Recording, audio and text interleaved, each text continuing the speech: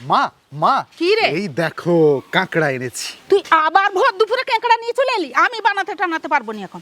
সরষা কাঁকড়া বানাই। ছেলে কাঁকড়া আনতে আজ বানালাম সরষে কাঁকড়া। প্রথমে কাঁকড়াগুলো কেটে বেছে ভালোভাবে ধুয়ে খোলগুলোকে ফাটিয়ে কাঁকড়াগুলো আলাদা করে এবং বড় দাঁড়গুলো হালকা করে ভেঙে নিলাম।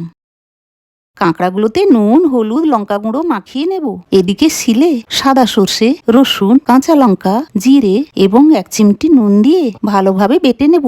আর ওদিকে তেল দিয়ে কাঁকড়াগুলো ভেজে নেব 2 থেকে 3 মিনিট। আরো সামান্য তেল দিয়ে শুকনো লঙ্কা, কালো সর্ষে ফোড়ন দিয়ে পেঁয়াজ কুচি, টমেটো কুচি দিয়ে ভেজে হলুদ গুঁড়ো, লঙ্কা গুঁড়ো, নুন দিয়ে কষিয়ে ভাজা কাঁকড়াগুলো দিয়ে মশলা বাটা দিয়ে সামান্য জল দিয়ে 10 মিনিট ফুটিয়ে নিলেই রেডি সর্ষে কাঁকড়া। বাবুরে চলাই, আমি ভাত নিয়ে চলে এসেছি। এবার গরম ভাতে পরিবেশন করুন এই সর্ষে কাঁকড়া আর আনন্দের সাথে খেয়ে বলুন দারুণ।